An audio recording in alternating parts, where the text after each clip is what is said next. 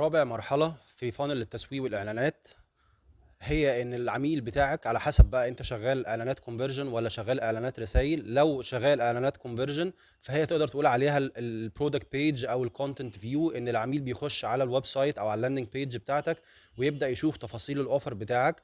أو لو أنت شغال إعلانات رسايل، إن العميل بيبدأ يخش يبعت رسالة على الإنبوكس وبعد كده بيبدأ يشوف الرساله اللي فيها التفاصيل. وده هنا بيفرق طبعا، كل حاجه فيهم على حسب. لو البرودكت بيج او اللاندنج بيج دي بيبقى ليها فيديو تاني هعمله ازاي انت تحسن نتائج البرودكت بيج او اللاندنج بيج.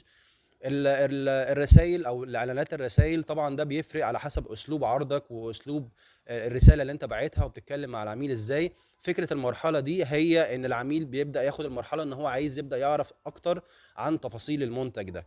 عشان تحسن المرحله دي انت محتاج ان انت تحسن الثلاث مراحل اللي قبليهم، او على الاقل المرحلتين اللي قبليهم اللي احنا شرحناهم، الثانيه والثالثه، عشان تبدا تزود عدد العملاء اللي وصلوا للمرحله دي.